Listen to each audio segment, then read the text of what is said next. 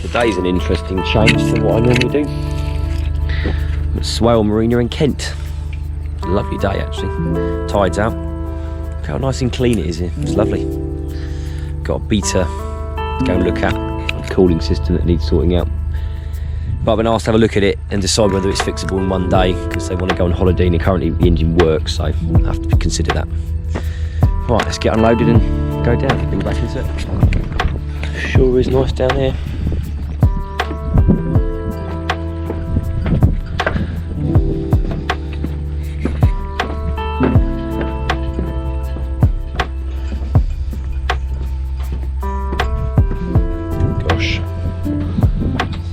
Interesting things here. Oh, that's nice and big. So I've got to find G33, G14, gosh, it's going to be right up the end, isn't it? All the way around the side, I reckon. Bit of a wonder. G20. We've got white wheel. Look at that. G21, G22. Trolley out for this, I think. 25. So I'm looking for a boat called Another Summer. Gosh, there's some gorgeous boats here. Look at these. Lovely. Look at that Dutchy style. It's nice. 32, 33. There we go. This should be the one. Let's have a look here. Another Summer. Look at that. Right, let's get inside and have a look.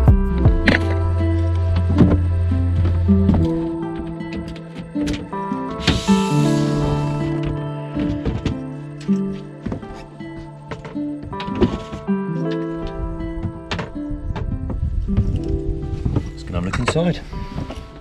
Just check my shoes are clean. Yep, boots are clean. It's fine. Wow, look at this. This is nice. What a gorgeous boat this is. Gosh, yeah. Draw 180. The engine's going to be there, I should imagine. Right. Hello, Beta Marine. Right, we need to get her uncovered and have a look. So, where's the best angle? I reckon if I put you guys here, should be able to get in here fairly comfortably.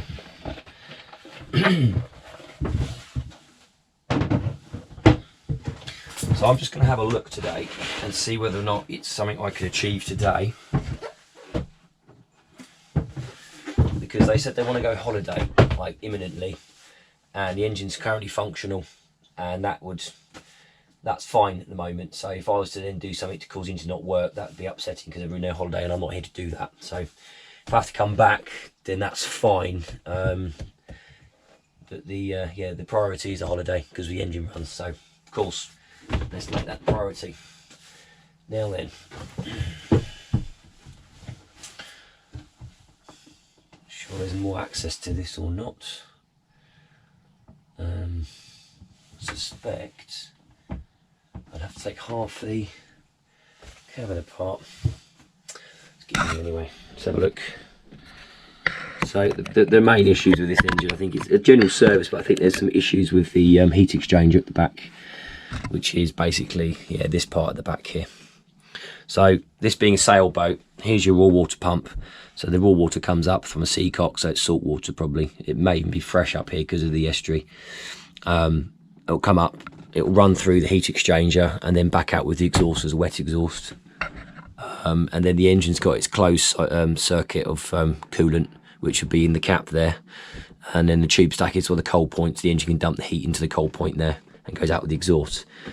But if you just look here, you can see that there's pipes weeping, and there's a fair bit that's going to need doing to this by the looks of it. Yeah. So I'm just deciding whether or not this is a good idea today or not. So, let's have a look at the bits they've given me. I'll bring you back in 2 seconds because I've got limited battery on these things. So here's the parts that have been supplied by the customer.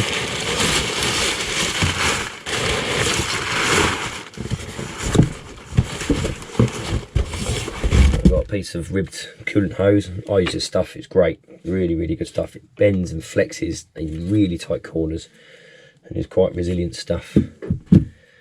We've got some end caps, double-ended hose tail, that's for joining 2 pipes together. Nice shiny new bits. There's a new anode in here as well, just in case you're not aware. So if you've got seawater cooled machine, raw water cooled machine, you should really have an anode somewhere in the raw water cooled circuit. And the idea is that will stop any internal corrosion, or at least it helps prevent it anyway. So it's just simply a nut or bolt you undo and have an anode that's been made captive on there, and you change it out. How regularly should you change an anode? Well, that's to do with how much you use to craft and how much electrolysis is going on inside the engine. So at least checking it would be a wise thing. Some amalgamating tape, not sure why we got that, but I've got loads of that. Some pipe clamps, proper Kubota ones, crikey, they couldn't have been cheap. End cap seals and jubilees and nuts and bolts. And look at that shiny new exhaust mixing elbow. Oh, that's a bit fancy. Okay, that is very pretty. Put down gently. We've got a package with more bits in it. A gasket for the exhausts. It's a flange gasket. That's the customer's details on the back, so I won't show you that because privacy is a big key thing. I've got a little elbow mixer or some sort of hose. Not sure where that's from actually. I'm sure all will be revealed if I get in there. We've got another little pipe. Just an elbow of some description. So I'm not sure what that's for. It's probably for one of these. I think that's pretty much it. Okay. Right, I'm going to reread the notes that I was sent by the customer and have a look. Let's see what they said to me, because let's just see what we need to do again. It's always good to refresh. Oh, okay, so yeah, it says corrosion on the back of the manifold. I don't know if you can see that in the camera there.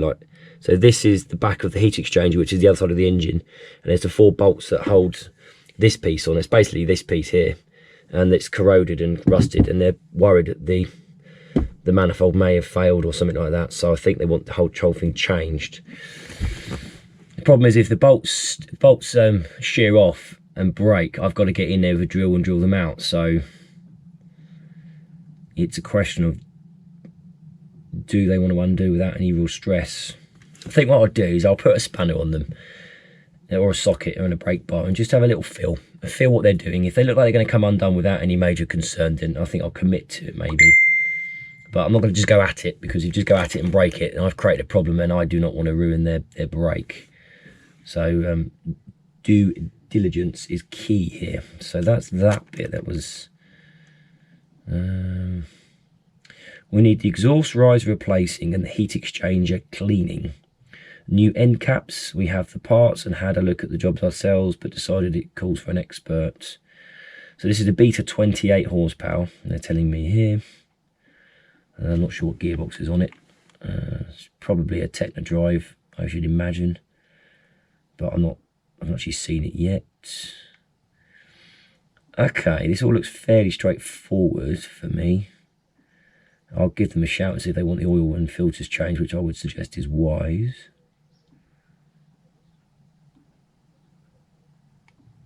Okay, right.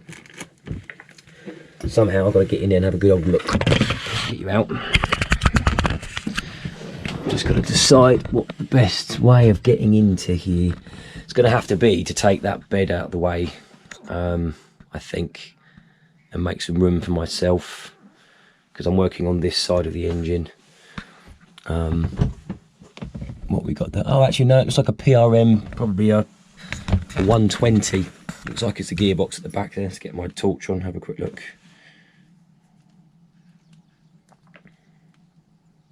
I can't see yet. Let's have a look. Yeah, that looks like a PRM 120 to me. So that's the 4runner to the 125, which is the current box. So that's a 120, I think. It might be an 80, but I actually just can't see the data plate from here. It could be an 80, could be a 90.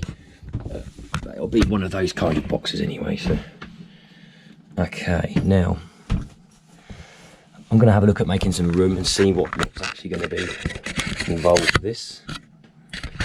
I think I'll bring you back in a sec. Okay, so I've had a little think. I moved the bed out the way a second ago, but there's not actually a side hatch, which I thought there was. So, as typical with boats, so what someone's done, I suspect, is this has all been installed on top of itself. So, the main fuel holding tank's at the back, and then the engine's been put in.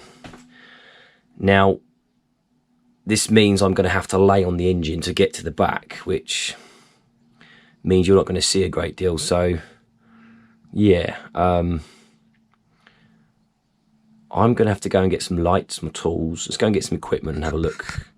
I think what I'll do is I'll go and get my lights, put you in there so you can see what I'm doing. I'll have a little feel of those rusted studs on the back of that exhaust flange and see whether or not they're going to come undone. And if they are going to play, then maybe we'll commit to continuing with what we're here to do.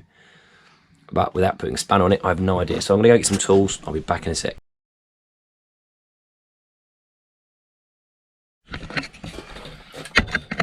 So back in the van, I think I'm just going to take my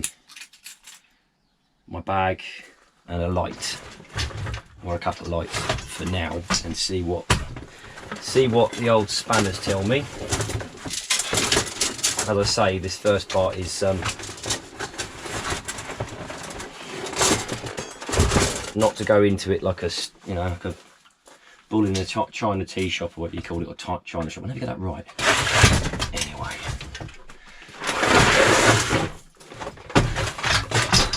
Right, I'll take my head torch. I'm going to take a lamp as well, so let's get a battery. Take my torch.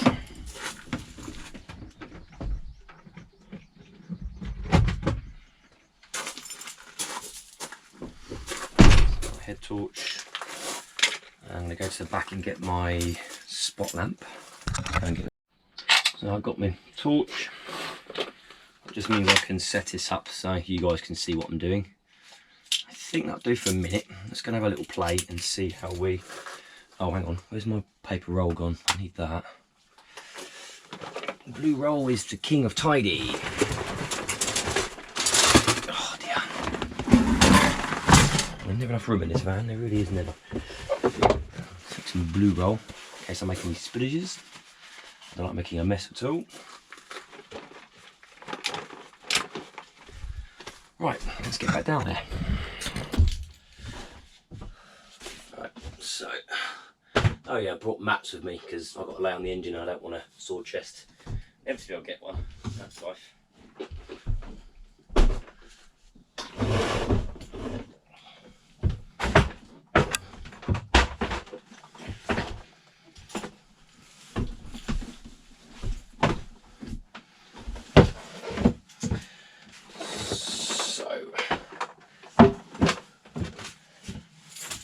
Let's get you set up inside the hole. I'll bring you back in a second. Well, sometimes you just have to look a bit closer and then you tend to find things like extra little holes and a whole inspection hatch to get into the engine. So this probably was explained to me, but I'm a bit dim sometimes.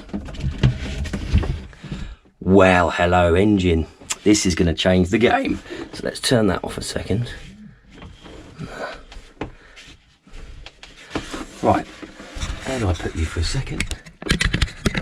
Try to film and do stuff. It really is a challenge, I must admit. Okay.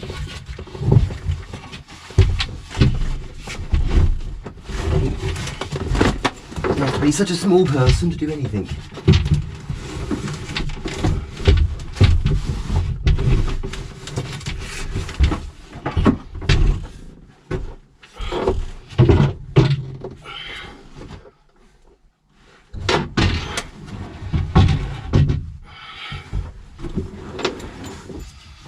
We'll move the gas can out of the way, just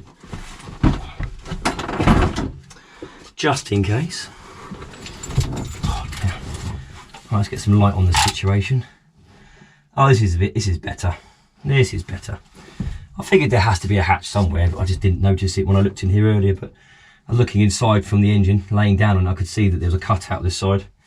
And I was like, thank God for that. It's not a no to be so tightly installed you can't get in there. But there we are. It's all worked out well. So let's get you guys in, have a quick look with you, and I'll get some tools. I've got to go around the other side to get my tools out now. So here we go. Right. This is actually, oh, it is a 120 D2. So yeah, it's a fairly current box. Oh gosh, that's a bit stiff. It must be sat in the mud. Oh, coupling's not done up, look. So I need to tighten the coupling for them. They've got a bonding strip on it, which is good. That's because it's a GRP hole, you really kind of have to have one of these. So that's good, because otherwise the propeller shaft and propeller's got nothing to bond to, and then it just sit in the water rotting away. So this is mostly what's been asked of me to change today, I think, and then take the end caps out and then just give the tube stack a clean out and a flush out. But you can see, I don't know if you can see, but there's actually a bit of corrosion on the back here. So okay, so that's like little pipes full there. Okay, so I've got some work to do. I think we could do this. We're going to get a spanner and see what happens with that. So that's 12. Let's see whether these want to move or not. That's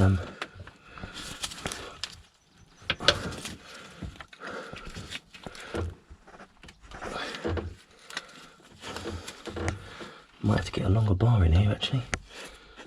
So got over a minute. I think that one's completely chewed up.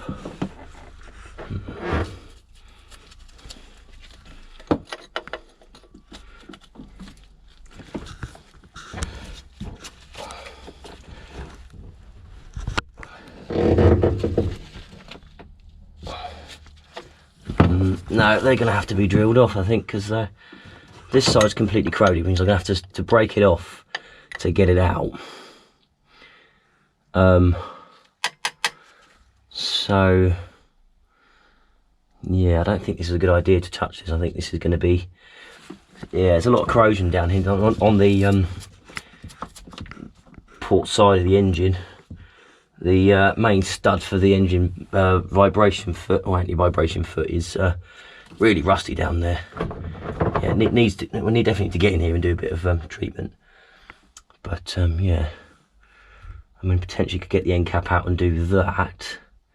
But changing the exhaust mixer, I mean, it's not actually broken. It's just corroded on the surface. So I think, let me grab a screwdriver. I mean, yeah, but the tube's got to come out. I've got to take it out now, so it's got to come off.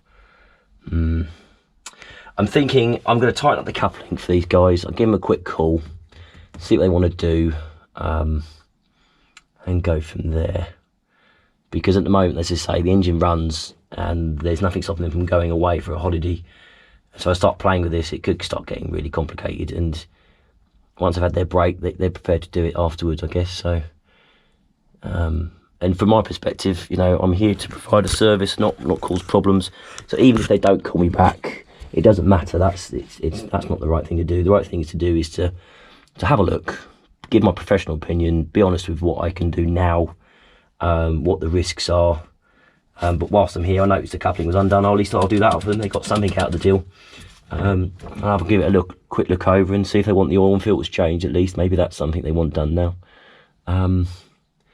But other than that, I think we're fine.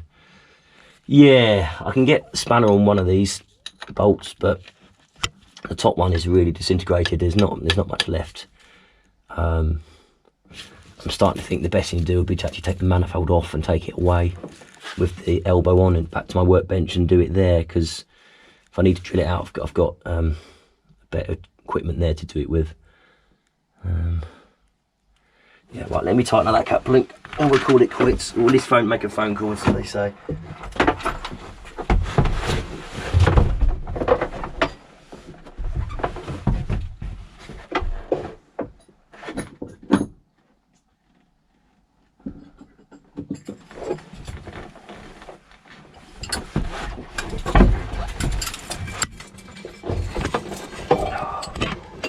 So this has got an R&D flexible cup link after the gearbox, and then after the flexible R&D, it's got an R&D split shaft cup link, which then clamps onto the shaft. And it looks like they put a grub bolt into it. I say grub bolt because it's not a grub screw, it's a big bolt that's actually holding it all in place. So.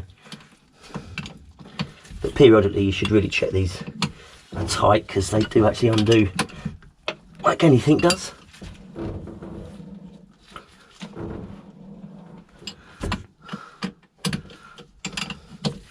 And because there's bonding strip on it, you're actually also dealing with a bit of a poor connection. If the bolts aren't done up, you're getting an erratic. So, I mean, you're not talking about lots of power going through it really, but it shouldn't be anyway. And if it was, you'd be rather alarmed at that.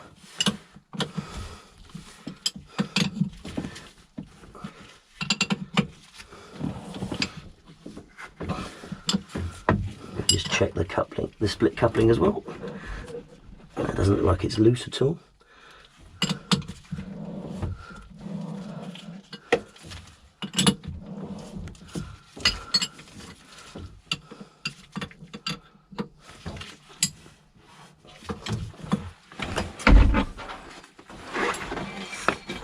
Oh dear.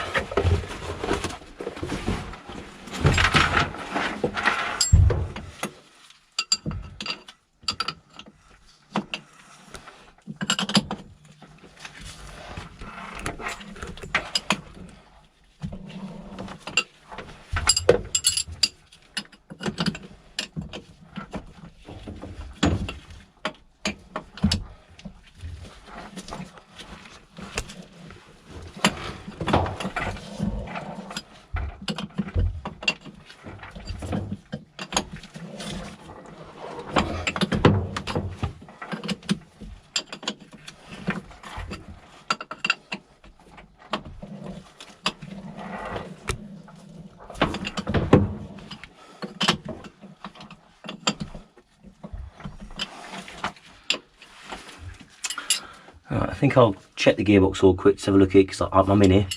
I'll put a spanner on the back of these engine mounts and see if they're tight.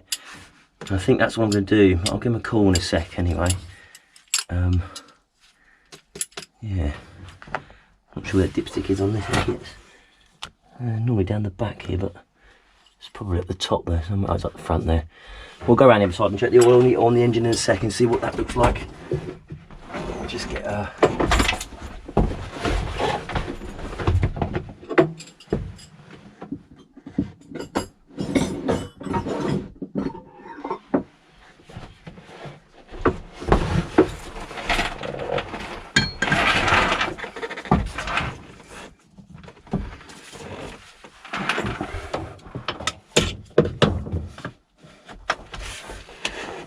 nice and tight.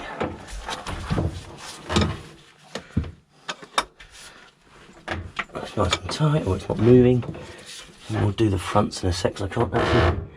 Oh no, there's no way to get to that. Oh, a little tight anyway. Brackets, you need some new clamps for the brackets, for the cables. They're rusted, they look a bit concerning actually.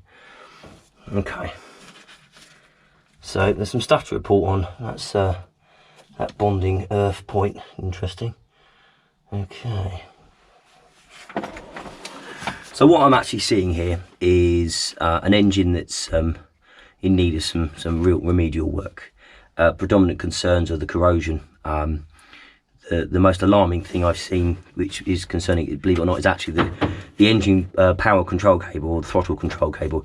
There's a clamp down the side here, and it's at the moment it's fine, but if it got to a point where it failed completely, then that would fail to hold the cable. And if the cable can't be held, then you can't rev the engine up or give more power to the engine. And you know, if you're going sailing, you kind of need to make sure the engine is safe and reliable. So a silly little thing like a clamp is definitely a big concern there. Same as the gearbox one. I mean, it's surface rust at the moment, but if it was left for much longer, it could get really, really bad. So there's a little bit of cleaning up in here to do. Be worth bringing a sponge and a brush and a hoover just to give it a bit of a clean up as well. But initially it's like a good installation from what I'm seeing. It's been done pretty well, you know.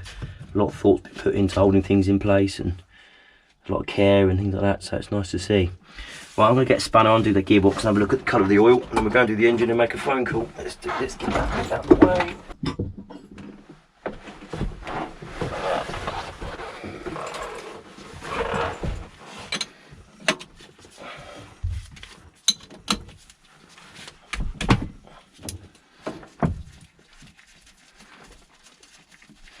I'm hoping to see is a nice clear red coloured fluid, but it's very runny, whatever it is.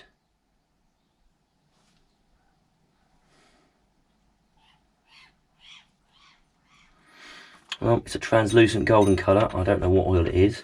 Hopefully it's ATF, because you're not supposed to use anything but ATF in these gearboxes. The manual just says ATF, nothing else. So, it's a very thin oil, which is a good sign. Okay, I'm just checking hoses and cables. I might as well do something whilst I'm here, and just in case I see anything that's a bit alarming. It all looks generally okay. Yeah, as I say, there's corrosion and stuff, but in order to do this whole job, this has got to come off, because the tube stack won't come out, and then you always guarantee the tube stack's going to get stuck in there if it's that corroded on the outside. It's going to be a job where I'd undo the hose and take the manifold off the engine if I can. That being said, that might be problematic because of the studs that hold it on. I can't necessarily drive that out, so I'd have to try and get the studs out. This is going to be a job in here. It's going to be a difficult one.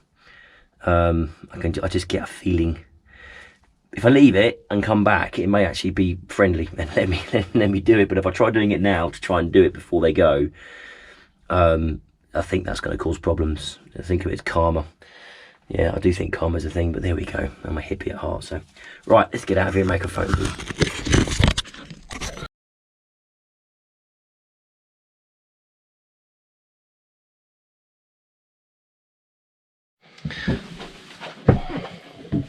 Okay, I had a chat to the customer, and we both agreed that the best thing to do with this engine at the moment is to leave the heat exchanger job until they've had their break and they come back.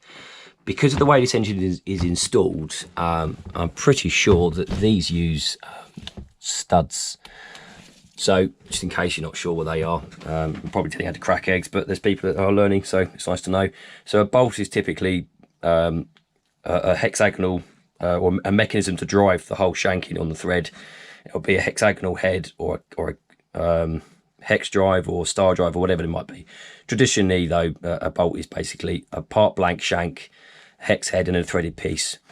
Set screws are, again, some means to drive the shank, like a hex drive or cap head, and it'll be threaded all the way down. A stud is something completely different. So a stud is basically a piece of a rod of metal. It'll be threaded at one end and threaded at the other end, and the idea is it will thread into the thing or whatever it is we're doing. So it thread into the engine block, and that will come all the way along, and then you use a nut at the end to hold the piece of work or whatever it is you're doing onto the engine.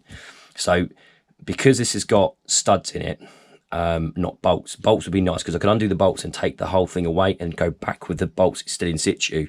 But because there's studs, I have to travel this manifold as further than the studs are long. And you can see that this is built in here, so that is not an option to do here. The only way I could do this work is to slacken off this alternator bracket, take the alternator out of the way, access the main, or one of the bolts at the back here for the tube stack, take the riser for the exhaust off, or the swan neck, depending what you want to call it.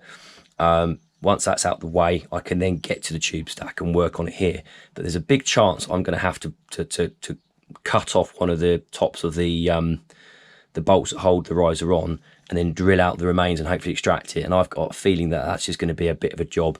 I can do it in there. I can get in there with tools and drills. I've got different drills. I've got long drills. I've got 90-degree drills and all sorts. So I've got helicoils if we need to start helicoiling it. And I carry taps and stuff in the van. So if we're lucky, it'll be straightforward.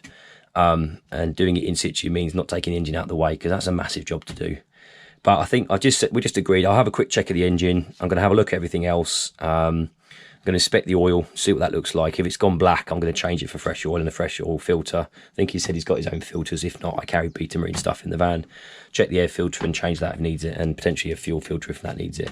But looking at this this fuel filter here, because we're on a yacht, this is not an inland boat. I believe you're allowed to have these kind of bowls, but you can't have these on inland boats, but that's a different story. That looks clean, doesn't look too bad. However, he did just tell me that the engine runs with white smoke.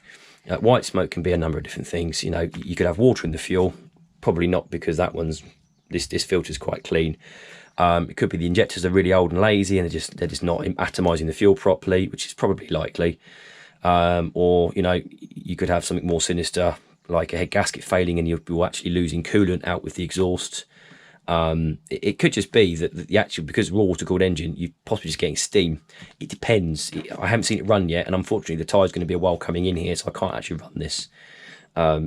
It's a bit involved, like getting hoses and putting it in the seacock and like that. So I think we'll just wait till they've been out and had a go and come back and say what they want to do. So there's things like this hose here that needs to change. So really the coolant needs to be drained out anyway, and they've been filling up with fresh coolant because there's water in it before. So these hoses need undoing and changing. There's a bit of work to do on this, and it would benefit from a clean. And you know, you can get in with a pressure, like a little pump and pressure and a bit of chemicals cleaner, and give the engine a good clean off and a brush, and just meticulously take your time. And then it doesn't matter if it goes in the bilge, you can get a wet and dry hoover and hoover it all out, and the chemicals will help clean the bilge as well. So I waffle, I do waffle. God, that's a lot to say, and I'm still dealing with a croaky voice. So I'm going to let's pull the dipstick out. Actually, let me put you up here to watch, because you know, the whole point of the video is that you can see something.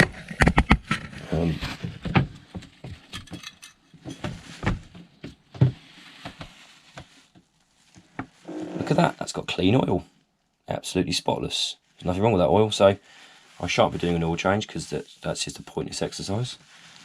And you shouldn't charge people money for things they don't need. That's not right. Just dip it again to make sure I'm not imagining things. A reality check, as they say.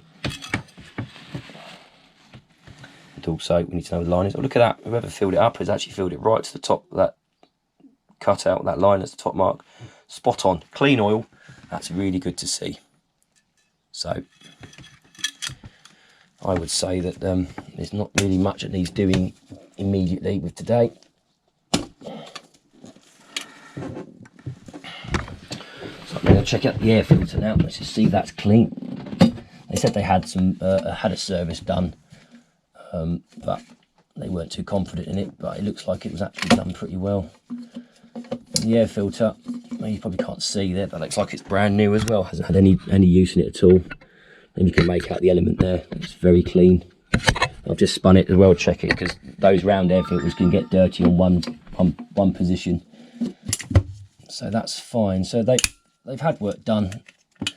Probably missed that coupling though, because that was loose. But that's, you know, we might have. Oh, that alternator's not looking great. It's a bit wobbly actually. What's going on with that? Right, I think I'll stick a spanner on that alternator for them, because that's not tight. That one's okay, but that's like an auxiliary one to me, so let's get that tight. The main pivot bolt on that's just not tight at all. Ooh, sorry, I need to knock you over. You can see from here, that's really loose. Right, I'm going to get a spanner and see if I can tighten that up. That's going to be a bit of a squeeze. I think that's, what am I on there? It's like 17? No, oh, I can't see from here. Right. I'm going to check the impeller and just make sure that's okay as well. Bring it back in a second. Right, somehow I need to get down the back there. I might have to get a socket on that. Let's see if this will do on something on its own. It might help. It's much bigger than that.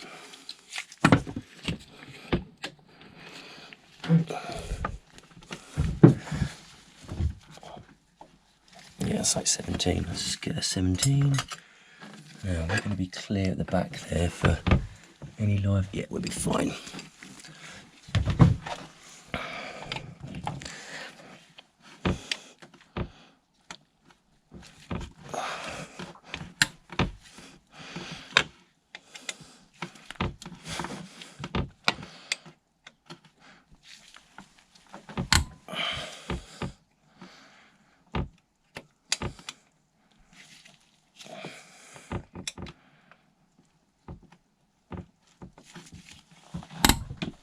Okay, that feels good.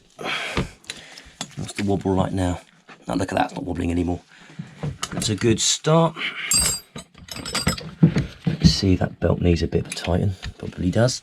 It's quite a far distance between the pulleys. It may benefit from not being moved too far out. I don't know if we're going to get anywhere to move this. Let's have a look now. Can't do that there.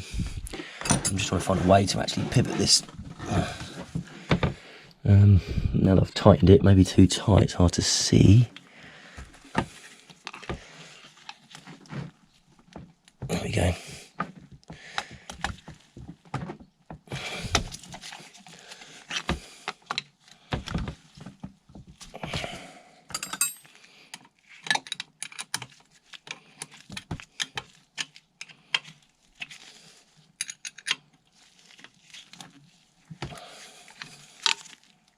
That's better. That feels better.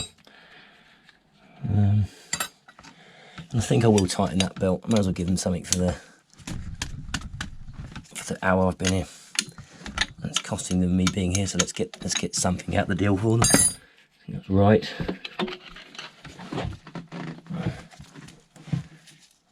That's better. Yeah. Let's hold it in place just to keep it in the right position.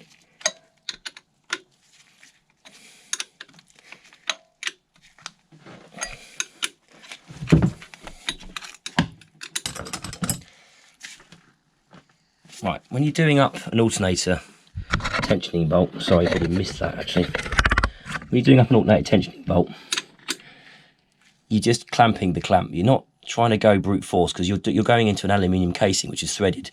And I tell you now, if you go too hard, you'll strip that thread, and it's like there's no need to be aggressive like that at all. Really isn't.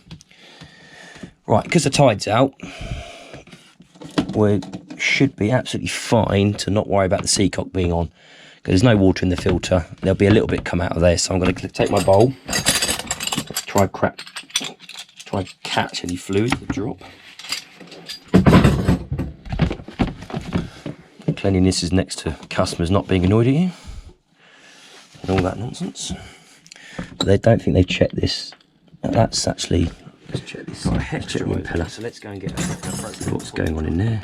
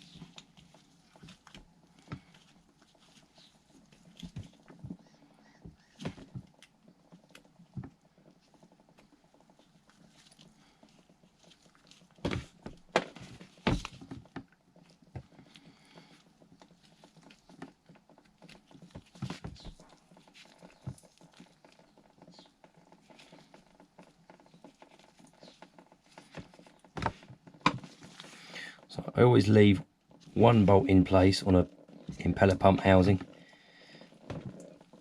or the plate rather, just because then I can gently lift it back against it and let it rotate, and I know the correct orientation and there's no confusion, and the gasket doesn't necessarily get damaged. That looks fine, that impeller. Looks like it was greased up as well. It's got plenty of life. The blades are all intact. There's no cracking that I can see.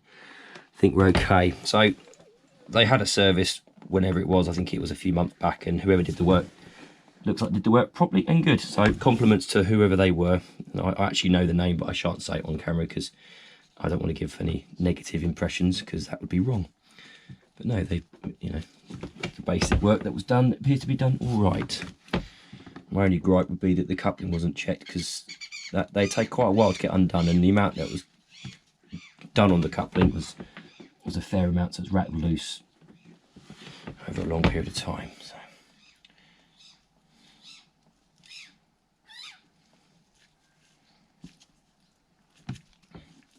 Right, I shan't bore you with doing up a impeller housing, but basically do it up evenly. Don't go aggressive, because you're doing up, you know, soft materials like, you know, brass, bronze, you know, whatever alloy the housing made from, probably a bronze. And you've got stainless steel, you know, bolts going in there. So just nip them up tight, and that should be fine. Right, and that's the impeller housing put back together, or the front plate back on. So you just do up all the bolts that hold it on, and just think of it as a wheel. So you go one across, next to it, across, next to it, across, and then go round once more. Make sure it's tight. As I say, you're just nipping them up. They are very, very light things. You're not doing anything aggressive on them. So I've got my bowl under here which collected water, so I've just put some blue roll in there to catch the water, because when I lift it out, it comes out and doesn't spill everywhere.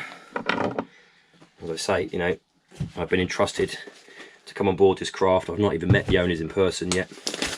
Got to make sure you look after their equipment and their property with total respect. So, yeah, real compliment to being trusted is to take care of it, I think. So, I think apart from a good clean and a deeper service, I think the engine appears to be okay. As I say, I haven't heard it run. I'm only going on what I've been reported on, so I want to get busy photographing stuff to see what's going to go in my report. And I'll show you what my report looks like later. And yeah, so they can still go off on their cruise, and as I say, I haven't found anything really worrying. There's a number of things which do concern me, but the problem with that is you could scare people into doing things, and I think that's wrong. So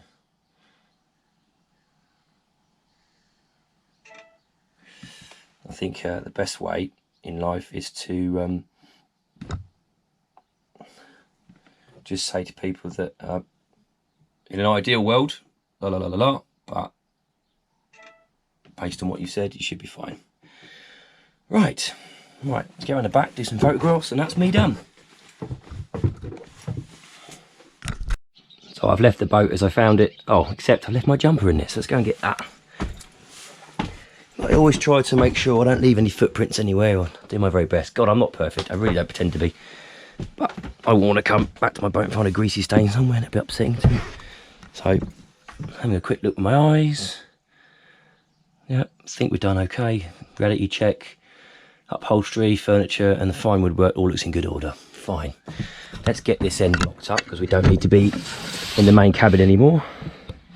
I'm just going to go down in the hatch down there, take some more photographs of the engine from the stern. We'll have a look at those in a sec, and that's me done. Right, I hope you all enjoyed, and thanks for watching. Take care.